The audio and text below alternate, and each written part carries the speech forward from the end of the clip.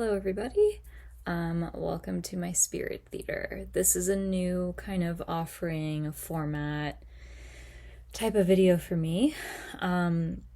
So basically what I'm gonna do is not a traditional tarot reading. I'm not doing a psychic reading, I'm not doing a collective reading. That's not what this is about, that's not what I'm using the deck for.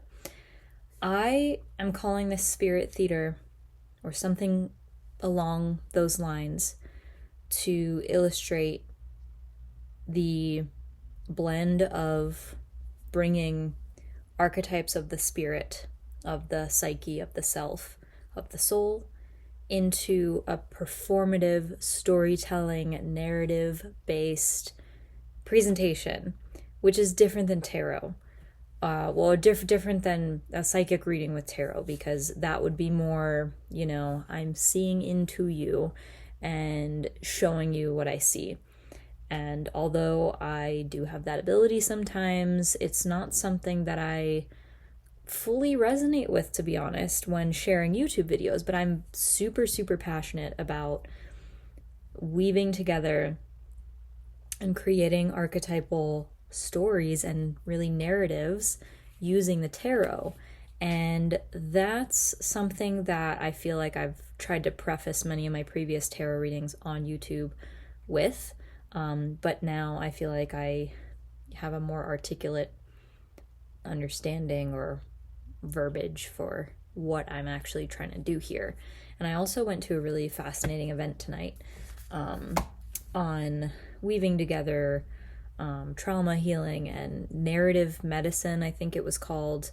And I'm a storyteller, and I think there's so much power in creating narratives. And the way that I'm going to do this and the specific format I'm going to use is I'm going to set the intention to literally make up a story using the tarot cards pulled at random as guides and anchors for me to make meaning around.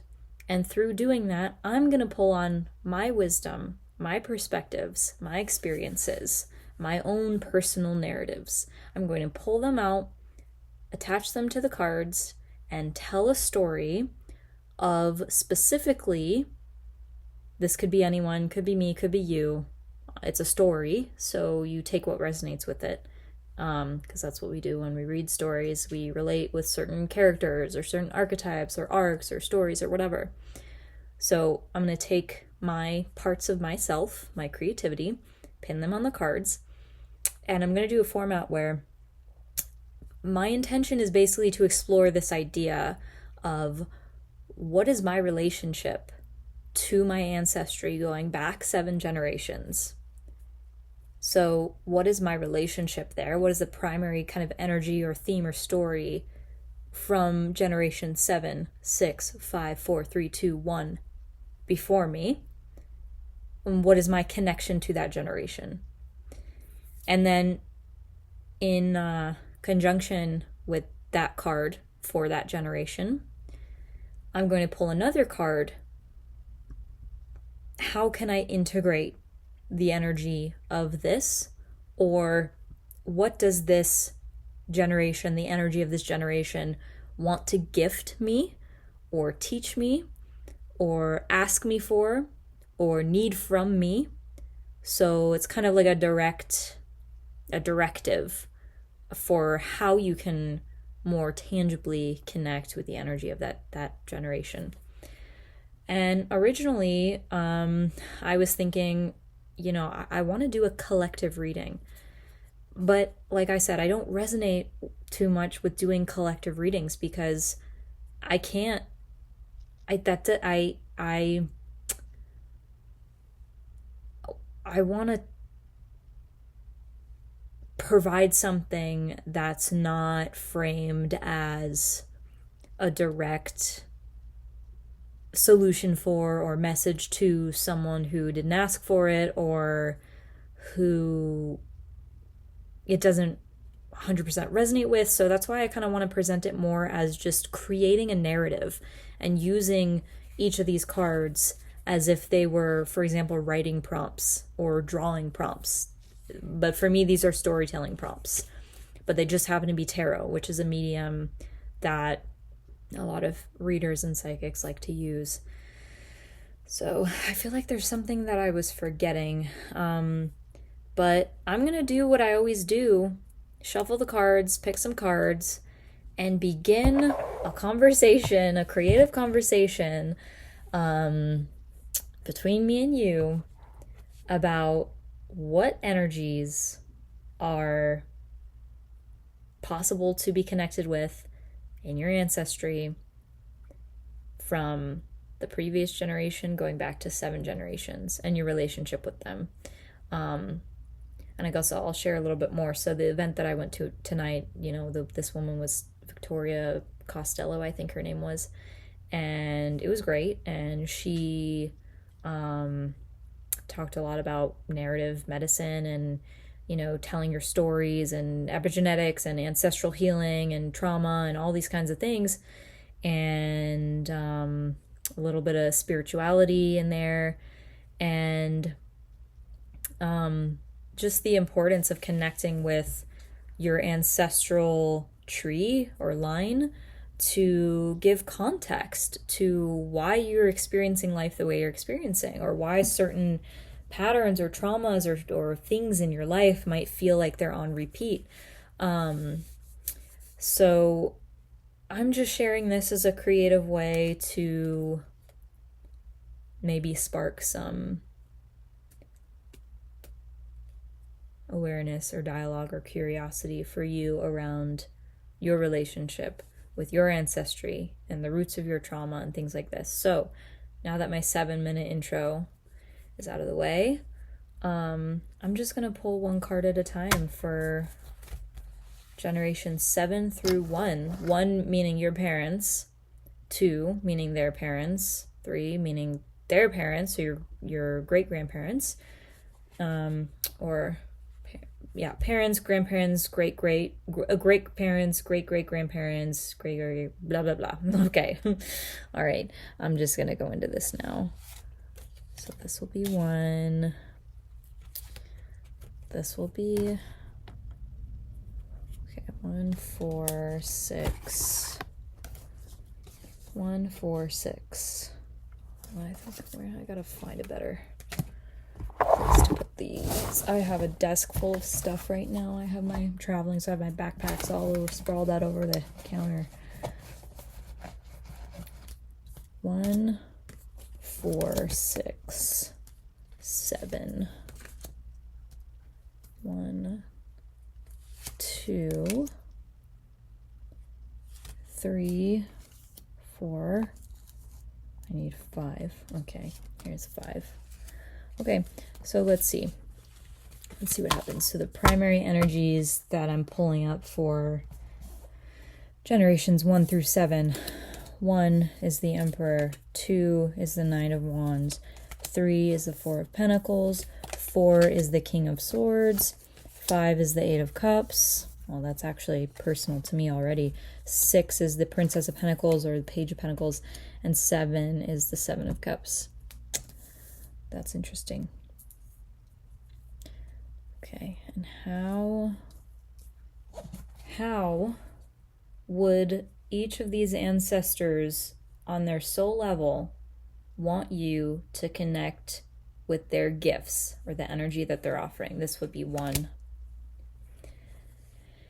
This would be 4 or 6. This is 4. And how am I doing this? It's instinct, it's creativity, it's just, I see these numbers and I feel them in my head and I'm not questioning it. It's just this is my creative process. This would be 3. This would be 2.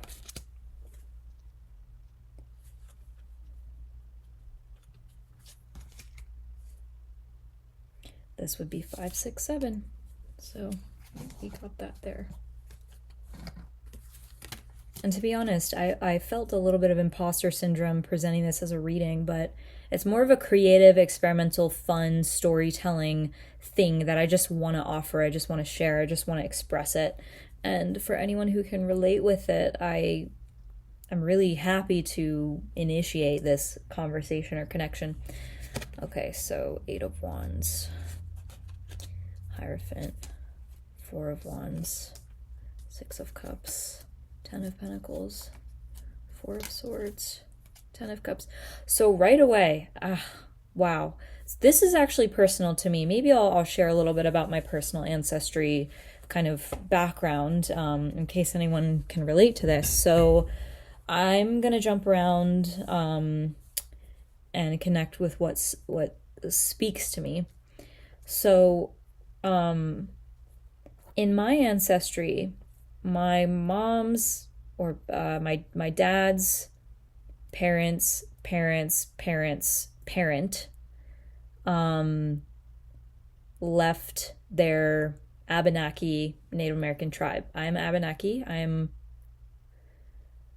think I'm let's see, 1/2, 4th, 8th, 16th. Yeah, I'm a 32nd Abenaki Native American. My dad was a 16th. So that would mean 5 generations back from my parents, back 5 generations. My parents being the first generation back. My Abenaki heritage was within the tribe.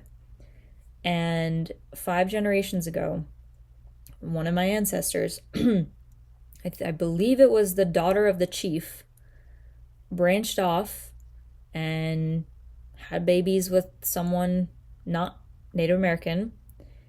And that's where my lineage branched off from.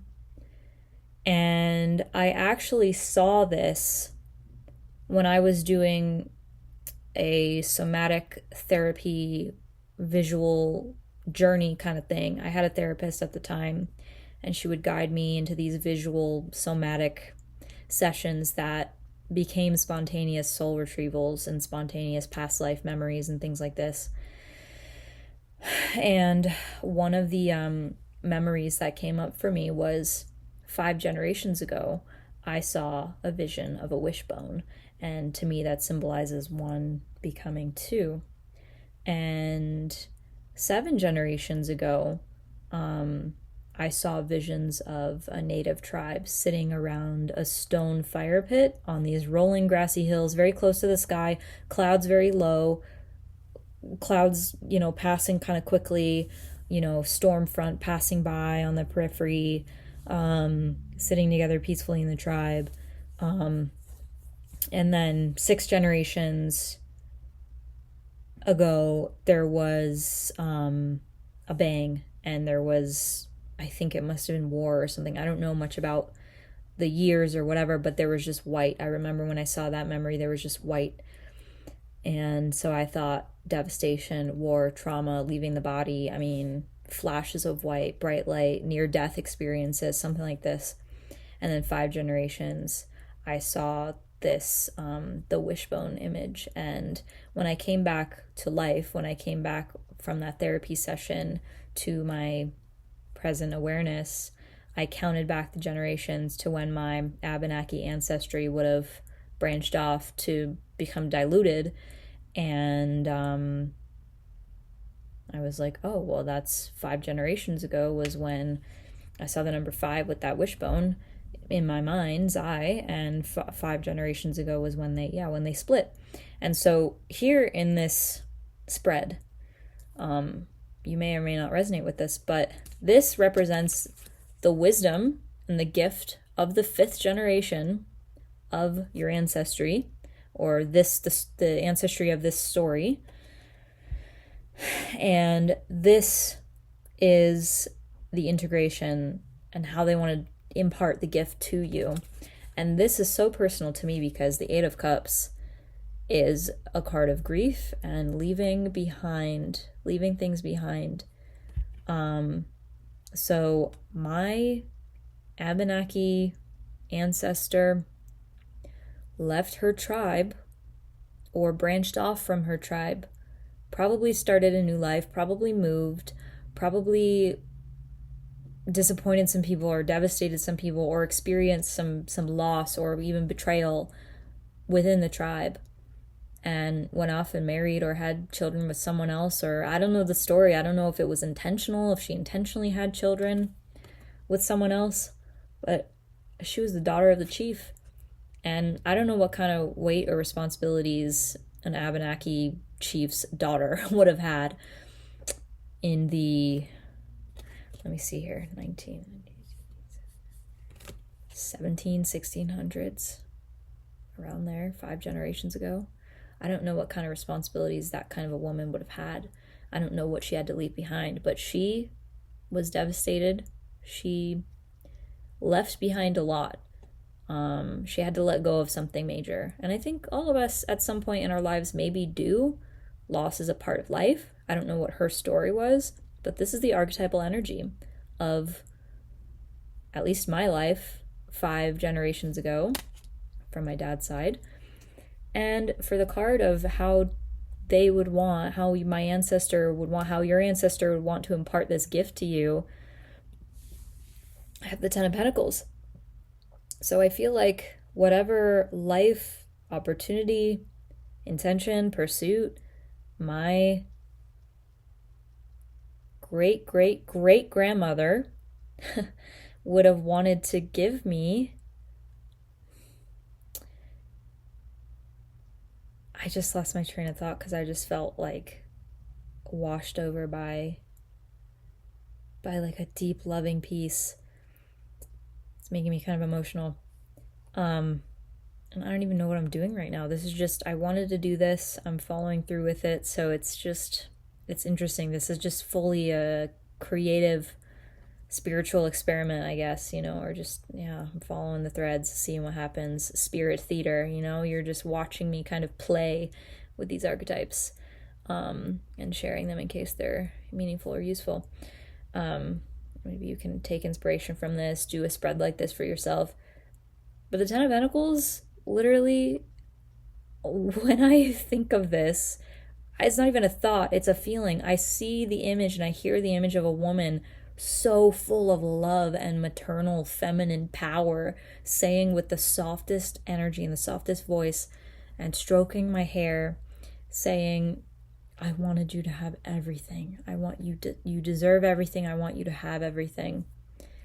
So maybe someone in your line walked away from something dramatic or big or huge, and they went through that grief so that you could be rich, not just in physical things, but in spirit.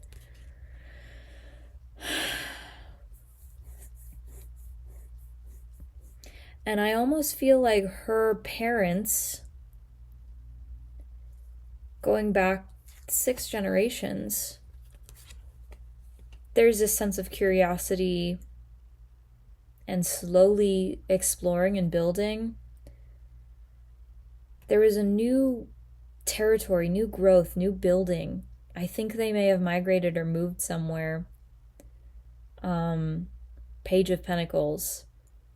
There was new movement, new growth, new development. Their parents built something. Their parents, I have the count here. Grand, great. 5 generations ago is 3 greats. So my great-great-great-grandmother's parents, my great-great-great-great-grandparents set out in the world to find something new, to build something new, to pursue something new.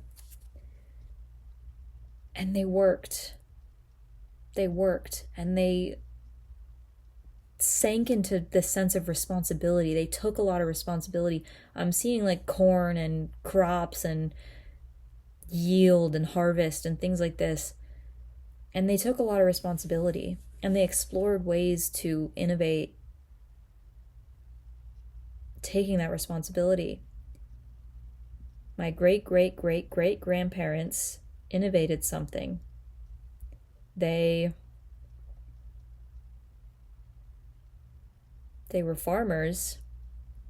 That's what I'm seeing in my mind's eye.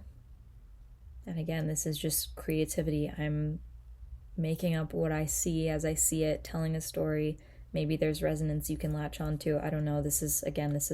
I feel a little exposed doing this, but it's a vulnerable creative process. It's kind of therapeutic, and it's fascinating.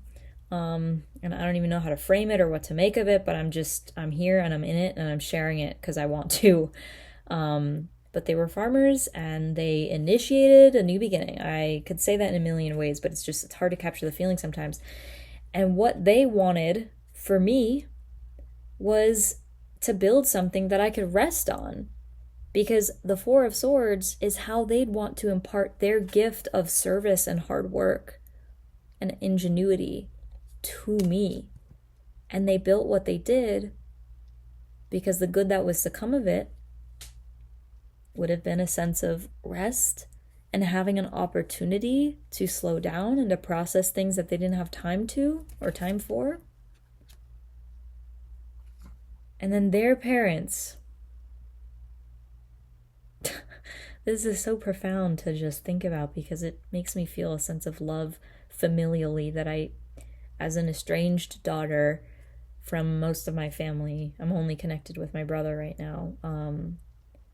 Doing this fills me with a sense of love and appreciation for my ancestors and their spirits, because I don't really have that sense of warmth immediately in my physical world. So that, story can be a powerful way maybe for estranged people to heal and to rediscover connection and meaning through making their own stories and thinking about these things. I don't know. But my great, wait a minute. Mom, grandma, grandparents, great-grandparents, great. Yeah, my 5 times great-grandparents. The gift that they want to give me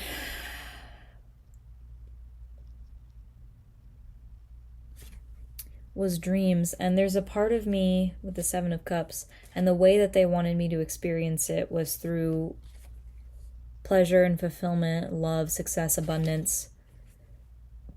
Let me see something. 1900s, early 1900s, mid 1800s, early 16. This would have been in the 1600s or the 1500s sometime. My 5-time great-grandparents were alive in the 1600s. And you know what? There's so many generations that connect. It's like exponential. How many sets of parents did I have? Grandparents. This is just wild. But I feel like this was a time in life. I don't know when actually the Renaissance was going on. Was that around the 1500s? I don't actually know. Let me look it up. So actually, it looks like more realistically, my 5 times great-grandparents would have been born in the 1700s, maybe early 1600s, depending on how long they waited to have children. But my parents had me in their late 30s, so I don't think my family had children very young all the time, but we make room, So I feel like, so this is post-Renaissance era. Science, art, music, magic, wonder, new ways of viewing the world, new perspectives. And so I feel like my ancestors during that time wanted me to dream. They had access to these dreams, or they could see a way to make room in life to be able to dream with these new resources that were cropping up. And then in terms of how they would have wanted me to integrate that, it's just through joy and exploring your own relationship with joy and wonder and what it is about the world and the tangible life experience that you can connect with and fill yourself up with and relate with, So it was like they just wanted the future generations to be happy. And my language, I'm framing this mostly as my story, but again, this is a story that anyone can pick from. So don't let my framing this as, how I relate to it take away from what it could mean from you. You can make your own meaning. So my 5, 4, 3, 2, my 2 times great-grandparents, they wanted to pass down the gift, or yours, could hold the gift of discernment. For some reason, I'm seeing fairness or trials or legalities. Someone 4 generations back could have been a truth speaker or called things out with due clarity.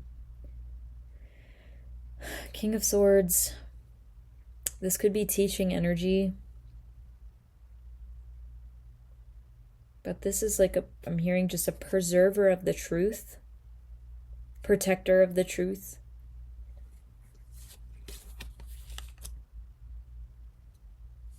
There's something about that energy, though. That was my mom, grandparents, great.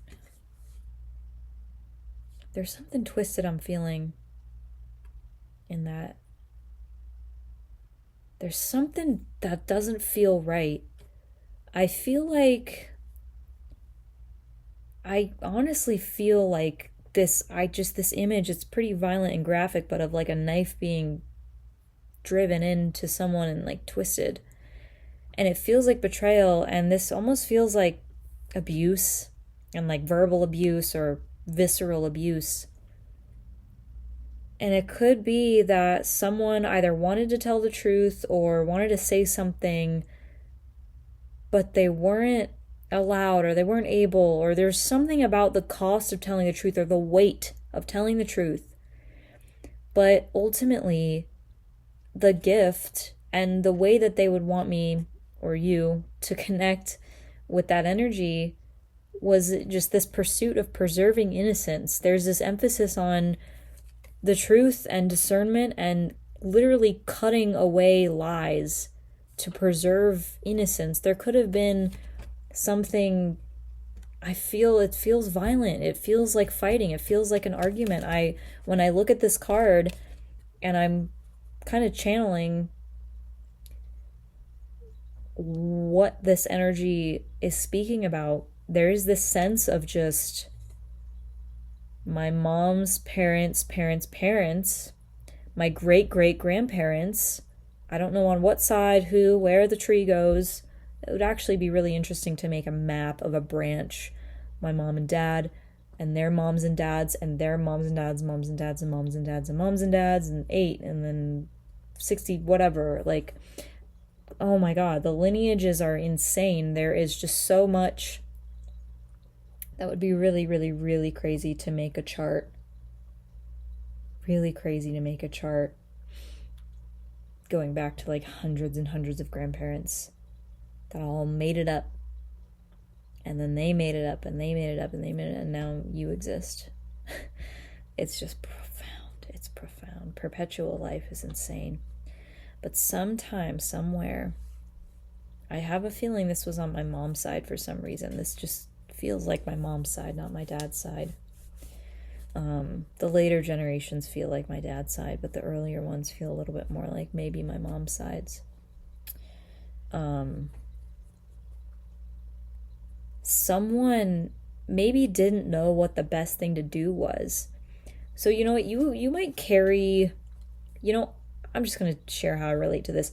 I have a very, very visceral sense of justice in my life, and I have survived systemic abuse and narcissistic abuse from my mother, and I'm a suicide survivor, which means that I did not try to commit suicide, but I have a family member who committed suicide. That's what suicide survivor means. My sister committed suicide. I was sent to a troubled teen institution against my will. I was almost trafficked. medically gaslit. I mean, like, I've been through a lot. And so I have a strong sense of justice because of it. And I've been through what no one should go through. And there's this feeling that I get that someone couldn't put up a fight, or couldn't tell the truth, or couldn't do the right thing, or couldn't protect clarity or the truth or a sense of justice. This is not so much about justice, but this is just cutting through illusions and falsehoods and lies and doing it directly and powerfully. But someone wasn't able to do that without hurting somebody else. This is pretty far off, but there could have been major damage done to a person while living, such as abuse. Could have been verbal abuse, or even a death. I don't know though. But I do know that my maternal grandfather's father was an indentured servant in Romania, and he was forced to sleep on hay bales in the loft of a barn in the winters. What the fuck, you know? His mother sold him for her survival. Oh, God. That's that generation. Oh, yeah, okay, so you know what? Actually, that makes sense when I talk about it, because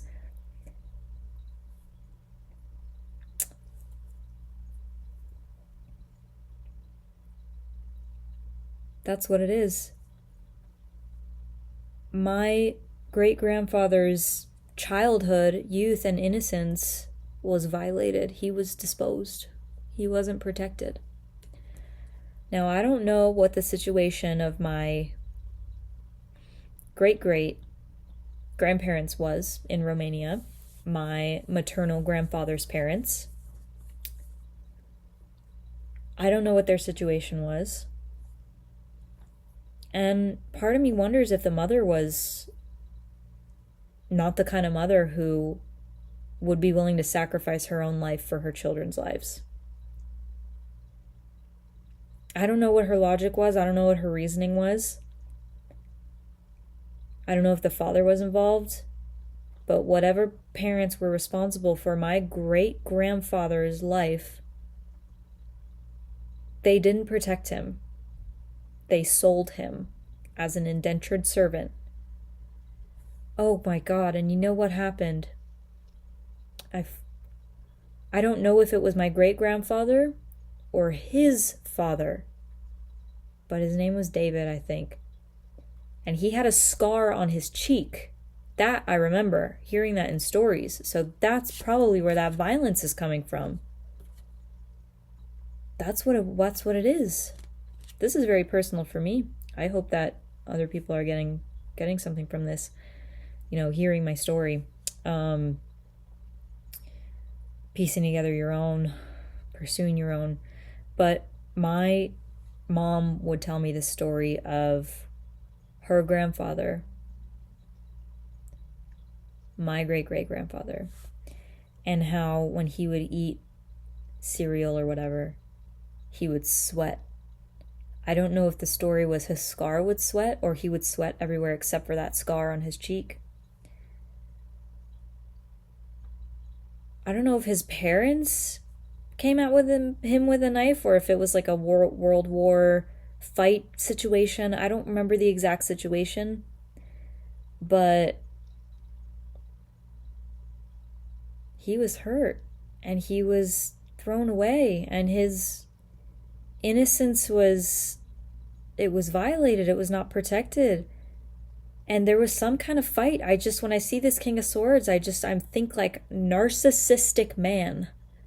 That's what I think. Could be a woman though. It's not even a thought, it's a feeling. It's a very visceral reaction. And I also want to say that while I'm doing this, and when you're making art in general, or telling a story, or following creativity prompts, or activating your intuition, however serious or however much weight you want to put on it, making sense of things is not the first priority. The first priority is creating a container to allow spontaneous creativity and free associations to be birthed. Because through that play and contained but loose type of discovery, connections are made. And look at me, I'm making connections I wasn't even expecting. I just pulled these cards and I'm like, oh my God, I'm reading the energy of the cards. I'm allowing my free, intuitive, creative associations to lead me when I'm reading this story through the cards, through these suggestions, these catalysts, these prompts. And I'm making connections that I forgot even existed, that are helping me process my lineage. And I'm probably going to go back into this and pull more cards and tell more stories and work some more things out, because this is honestly just fascinating me.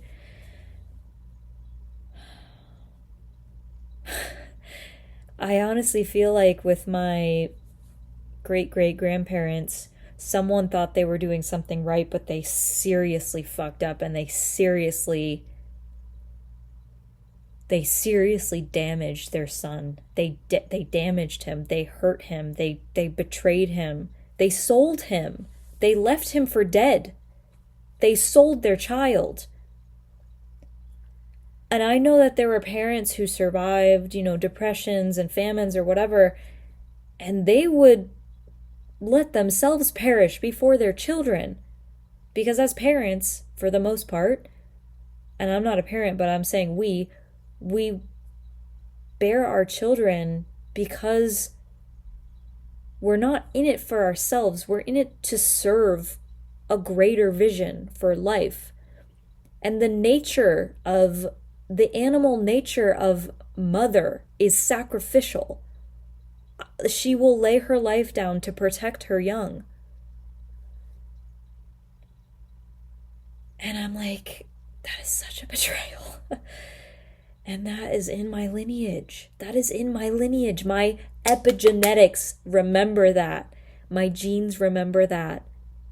My super deep unconscious remembers that. And this is why this kind of storytelling and exploration is so vital, because we need to feel things in order to heal them. We need to feel things in order to heal them. That's the beauty of our age of convenience that we live in, right? Once upon a time, our ancestors, 1, 2, 3, 4, 5, for me, 6 generations ago, pioneered ways of being. They created these projects. They set foot into new lands. They built new things so that their children could rest. Because they couldn't afford to rest the same way that we can. Look at this. I don't think they had this unless they were royalty, right? I don't think they had fluffy beds. I don't think they could take care of a domesticated cat and buy it raw food or whatever. I don't think that you needed to go out of your way to get good quality food then anyway, because there wasn't as many toxins on the earth then. But you know what I'm saying? This is literally a psychic telepathic computer rectangle. That's insane. And these only came into existence during my parents' generation. These didn't exist before then, but now they exist. And I have the convenience of pressing a few buttons and communicating my inner universe with someone that I'm thinking about send a message to my brother. You know what I mean? That's all I have to do. And I don't even need to input anything with my fingers. I can speak, and this somehow can hear me. Somehow it can translate the sound waves of my voice into a directive to send tangible communication and notes to someone I'm thinking of. That is unheard of. And it is because of the shoulders of the giants that I stand on and that you stand on. And that's part of the importance of doing ancestral connection work, communication work. My great-great-great-great-grandparents built things and worked hard so that I could rest. And the weights that you're carrying are not in vain if you think about it from a perspective of how you're serving future generations. We're here to propagate good values. We're here to build on better things for our future. And if we had to carry the weight to feel and emotionally process things that our ancestors couldn't, but they passed on to us, and now we have to deal with the baggage, the sicknesses, the physical illnesses, the mental illnesses, whatever it is, in a way, being a sensitive person, having these creative tools at our disposal is a gift, because it helps us channel all of their pent-up past unresolved energy into something that can help us make sense and put these pieces into place and actually release it from our soma, our body, our genetic, psychic memory, and we can recreate a narrative and a story to create integration and love and healing. And oh my God, there is something back to my 4 generations back with this King of Swords and 6 of Cups. That kid was violated. I don't know to what extent he was violated, but he was disposed. His parents got rid of him. And I've never been in a situation where I was desperate, traumatized, experiencing famine, anything like that. But I would hope that I would be willing to sacrifice my life for my child's life. I would hope. But then again, I've never been in that situation, and I cannot speak for someone that I'm not. And I can't judge because I don't know the situation.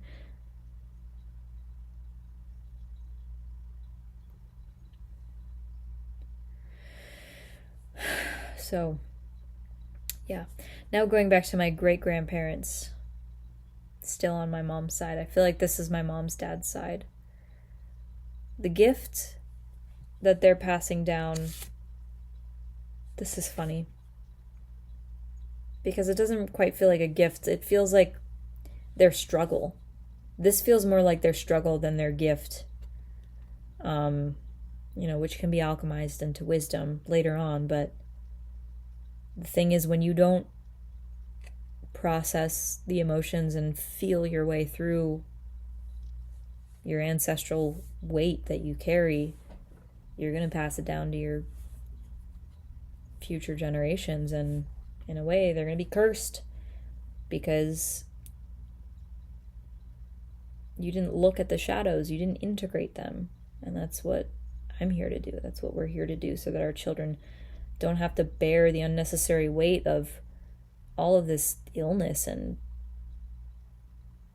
abuse and avoidance and things like this, because they deserve freedom and mobility to create and to exist in their genius and have better lives than we had. That's all that I could want for future generations. But the Four of Pentacles is the gift or the message that my great-grandparents would have had for me. Hold on a second. And with this energy, it's almost like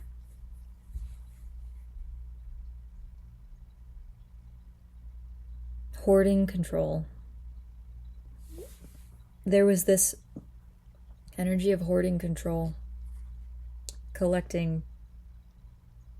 I think that there was something that my great-grandfather was able to hold on to and build so that he could create some semblance of a foundation for his future children or whatever. There was a lot of insecurity there, and he held on really tightly to his resources, and he created a bit of a floor with those resources, because he never felt a sense of belonging. He felt disposed.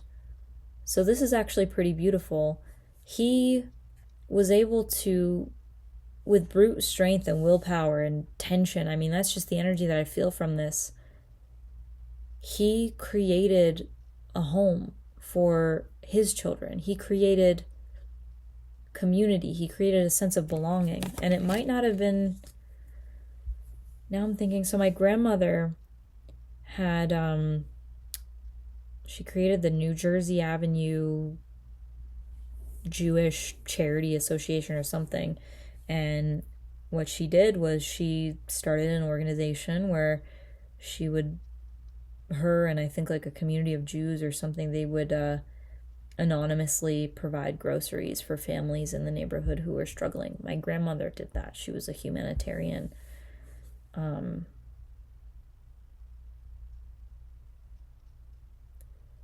that's 3 generations ago, was when the wealth building began, when the security and stabilizing kind of began, so that a sense of community and family and belonging could like flourish a little more.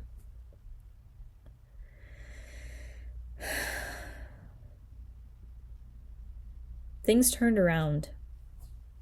My great-grandfather, he had this coldness and this reservedness and this tension about him. I didn't know him. This is just, I'm reading this from the cards. I'm just like, these are the energetic, creative impressions that are coming to me that I'm feeling.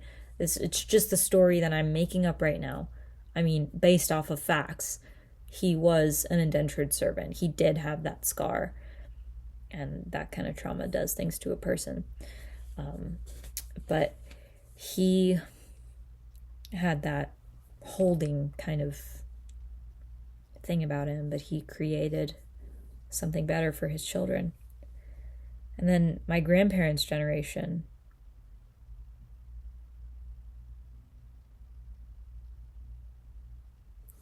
the gift that they wanted to pass down, or the energy predominantly around my grandparents' generation, is the 9 of Wands. With the Hierophant here. They were teachers. They were leaders. They turned their will and their triumph into leadership and into tradition and into teaching. They tapped into the longevity of their ancestry and their stamina as a people, as a line. And they used that wisdom to cultivate and propagate connection to our Jewish roots. Wow, when I was saying that, I just noticed looks like a kind of chopped up, but a Star of David on the top of the card here and an olive in the middle. I feel like that's directly speaking to me. But they took the wisdom. They were fucked up in their own ways, but they took the wisdom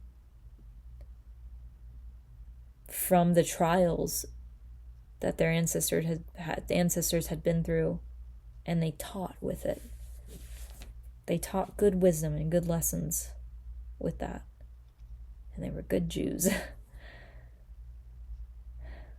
There's more to that, though. And then my parents.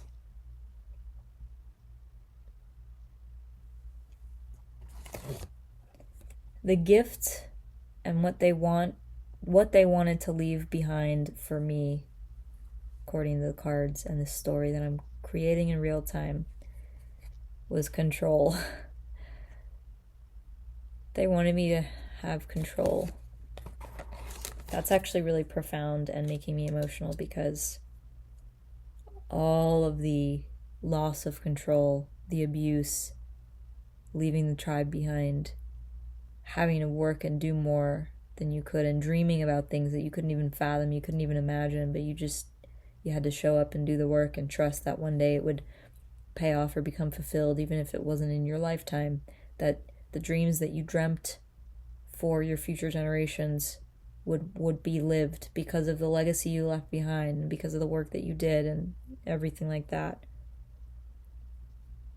But based off these cards here, what my parents energetically, my dad passed away when I was an infant, in a Swiss Air Flight 111 in a plane crash. I feel like that's important to talk about too. When I was going to this event earlier today, I was thinking about the importance of sharing your history and your ancestral stories. And again, I love astrology, and so I'm meant to tell my stories publicly like this. Because I have, in Vedic astrology at least, I have a Virgo moon in the 11th house. And even in Western astrology, I have a Libra moon in the 10th house. And both of them are about being seen publicly. My emotional inner world being seen publicly and used to create a sense of either leadership or community, specifically with the Virgo moon, female friendships or community of nurturing friendship through sharing my stories. Because, again, I don't really see it as this is about me, making it about me. The spotlight is for me. I'm telling my stories as a template almost for other people to pull from and to feel connected, to feel less alone, to feel inspired. I'm not doing this for publicity. I'm not doing this for validation. I'm not doing this for me. But in a way, I am doing it for me, for the part of me that is passionate about being of service to psychic alchemy and integration and healing and depathologizing the traumas and the hangups and the things and the tangles that we develop psychically from as a result of going through these traumas. That's why I'm doing this. That's why I post on YouTube. That's why most of the time I feel super self-conscious about sharing, and I don't know what I'm doing, and I feel imposter syndrome or whatever, but none of that matters to me, because I'm more of just like I follow the nudge, I go with it, and I'll refine as I go, and it's not perfect. It doesn't have to be perfect. And yeah, it's a little awkward to share in this way into a video because it's one-sided and I don't have anyone to reflect with, and it's like I'm just making this up as I go. I'm creating the container by myself and trusting that whoever wants to find something of use from my content, they're going to come and they're going to take it and they're going to use it. And I don't know, I just feel like I need to do this. It's weird. And I don't fully understand it. I don't think I can. But it's just, I follow that nudge, I just follow that nudge, and I'm making myself visible. And the things that are important to me, I want to try to share them and show them. So anyway, yeah, my parents energetically, not even consciously, but they wanted to leave control with me.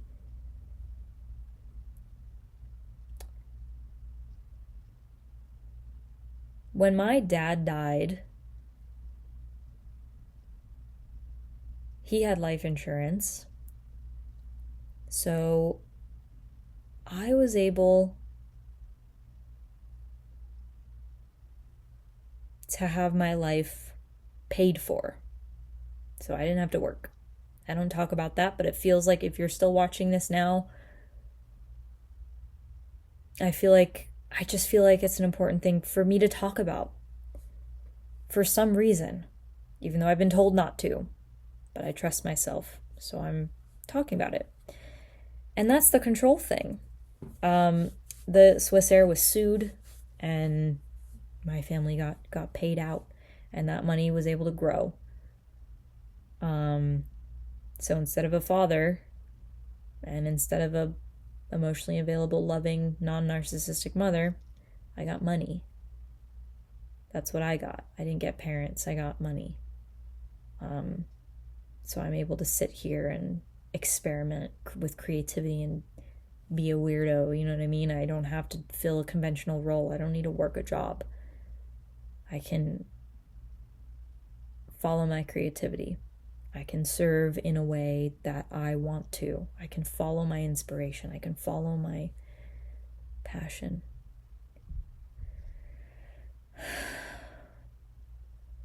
And my mom, being a narcissist, or having narcissistically abused me and financially abused me as well, she hid a lot from me. That recently was exposed. And I've talked about this a little bit. I guess I'm sharing this now, but I'm looking for looking for justice. That's a separate story. Maybe I'll go into that another time, but this makes sense. The theme, the energy that's coming right now through for the previous generation, the parents. I mean, I'm the child of a widowed narcissistic woman, and I know narcissism in the boomer generations, 50s, 60s, whatever, is super, super, super prevalent. I don't know, it must be like 1 in 5 people have a narcissistic parent. I don't know that statistic. I just made it up because it seems like everyone, or like half of everyone, has a narcissistic parent or an emotionally manipulative or covert narcissistic parent in some way. And a lot of my friends have that situation as well. And so I feel like they developed this illness of narcissism because psychologically they needed to control, because they came from famine, abuse, slavery, lack of control, lack of resources, lack of space, time, energy. And that was distorted. It was distorted. The shadow of the trauma that they never processed turned into control. And in a way, like, I have the gift of free movement, 8 of Wands, speed, convenience, swiftness. I have convenience. Again, with the phone thing, I can communicate telepathically with someone through a liquid crystal Wi-Fi box. That is so alien. It is literally so alien. It's not normal. Like, it's not, they're so normal. Everyone has a phone, but it's not like, it's new. They're brand new, Phones are just like new. And because of all this crap that everyone went through and everyone made, it's like, now we have phones. And I have like comfortable plush pillows. Like, you know what I mean? It's weird. It's just so weird. And in a way, it's like the gift or the unconscious just energy around my parents is you have control, or you have a semblance of control because you have comfort and you have money and you have convenience and this and that. But it's like, that's not wealth. That's not wealth to me. I don't want to invalidate the weight of it, the significance of it. However,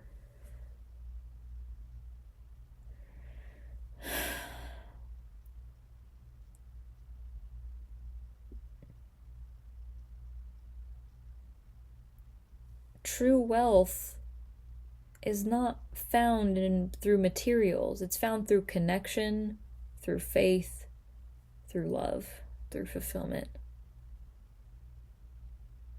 And I didn't get that from my family. That was never accessible through my family. And if I thought it was a performance. If I thought it wasn't in my best interest, truly. It wasn't there for me. It was egotistical. It was self-protective, I never felt like the dominating feeling of my life with my family is estrangement, coldness, and isolation. There were warm, special, beautiful, great moments from the outside. If I look back, I can definitely conjure up some memories that are warm and sweet. Like, I have one memory of watching a movie in the fancy TV screen in the back of my mom's car when the cars started having movie screens in them. I was so excited as a little child. I must have been like, honestly, the ages of 6 to 15, with the exception of some chunks here and there, are such a blur for me because they were traumatic. But I remember I was some age, I think under 10. Maybe I was 6 or 7, 8, I don't know. But we visited my great aunt's house for Hanukkah, my maternal grandfather's sister, my great aunt.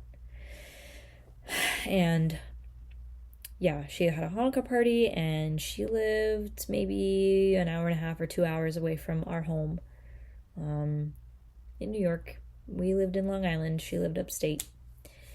And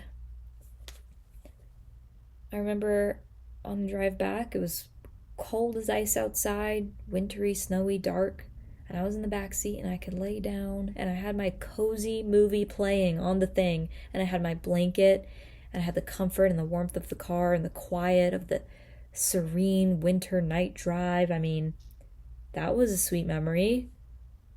That was a cozy memory. I have a memory of being an infant and nursing on my mom when I was still nursing. I have a memory of that, of being rocked by her in a rocking chair when her hair was still dark and curly before she started treating it and putting all these chemicals and dyes and stuff in it and changing her appearance. She doesn't look like how she used to look. Her hair is so different. And her face is different too. I mean, yeah.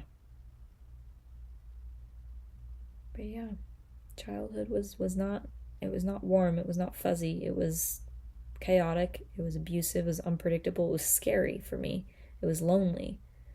Hold on just a second. So yeah, that was what I came up with. I guess this was maybe me, making a stage for myself and my story, and maybe hoping that if anyone else could relate with this, then I could do something like that. But I do feel like pulling an overall card for kind of any overarching themes or wisdoms or messages for anyone watching this on how you can best integrate your ancestral messages and gifts and things like this. Primary one is the moon. And I'm going to pull these three, and then that's it. Let's put these back.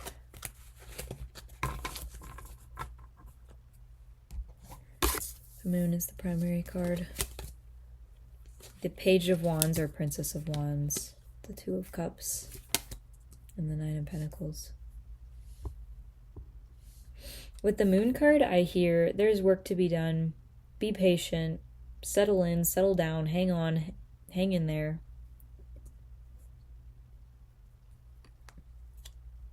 There's also something about public visibility with the moon. Interesting, because I was talking about it. Didn't even think of that. Hi, sweet girl. Oh, yes, honey. Yeah.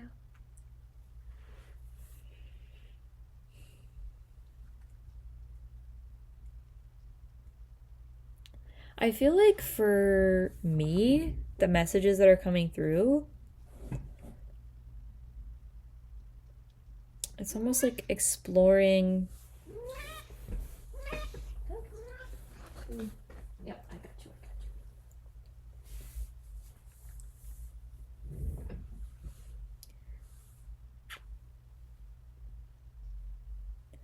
It's almost like encouraging you to explore and go out and find what you're attracted to, what attracts you, and enjoy your blessings. It's like, enjoy your blessings. There's something that I'm not fully, okay, honey. There's something that's not fully clicking here. I don't know. I feel this, I genuinely feel a sense of heaviness. I think this stirred up a lot for me, and I have a lot of questions about, and personal exploration about my own ancestry that I want to go into with some of those themes and patterns and things, especially with my great-great-grandparent generation, with the King of Swords and the Six of Cups. And I mean, they sold their child. I have some beef with that, and I gotta go in, and I'm super curious about that. So if anything like that came up for you watching this reading, then maybe write it down and revisit it and pull your own cards and do your own art therapy or shamanic soul retrieval exploration session or whatever, connect with it and through your own curiosity, your own creativity, your own storytelling faculty, narration faculty, and explore what's there. And I will say this, do not deny your feelings, do not deny your emotions, do not suppress them. You're here to feel them, allow them, process them. You don't need to shut them down, you don't need to judge them, they don't need to mean anything, but your ancestors couldn't afford to feel them. And I'm not saying that to guilt. I don't like the way I said that, actually, because that reads as like guilt tripping. I'm not trying to do that. But I am emphasizing the importance of, if you have the energy, the resources, and the support, please, I will encourage you that you're not wrong for feeling any emotions that you feel, because those are oftentimes information. Yes, honey. You want to come up? I don't know what you want. Oh, okay, you can go up there. That's fine. Just hanging out on top of the backpack there. Yeah, and especially with the moon here, this is like, baby, like, dive into the feelings, like, dive into, like, the mystery and just let yourself acknowledge the emotional realms. Because one way that we can connect to the truth and the story of our ancestors and make sense of why we are the way that we are is through our feelings, which are completely illogical most of the time, and they don't make sense. But when you do things like this and create stories and patterns and archetypes and you play and you whatever, you can weave together parts of yourself externally to stir and inspire deeper, further processing. And the moon is encouraging that is part of the process of reconnecting. It's not always going to make sense. You're not always going to feel secure. Also, observation. Be the observer of the ebbing and flowing tide of your life and your psyche. When the moon is out, it's wise to observe, step back, be cautious, don't make any sudden moves, per se. Yes, honey. And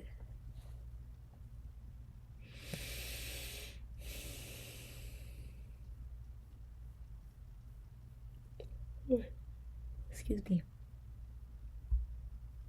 Yeah, just observe. There's a lot to be explored. There's a lot of passion and enthusiasm that I feel like maybe your soul is waiting for you to discover. And then again, this is like harmony, connection, intimacy, reciprocity is either coming or it's here, or you're being encouraged to do what actually lines up with you, because you have the privilege, you have the opportunity to do that. And then the Nine of Pentacles, genuinely enjoy your blessings. Okay, this is pretty long. I think I'm going to leave this here. I have no idea how this is going to be received. This was a very interesting trial, experiment thing. Think of it like Aaliyah's psychic theater, spirit theater podcast style video that you can possibly, potentially, maybe garner inspiration from for your own connection with your ancestral archetypal journey and your relationship with that kind of thing. So, yeah. I hope this was helpful. There's more info for readings that I do offer. I do personal one-on-one readings, and that's in my description, so you can send me a message if you're interested. And I'll see you in the next video.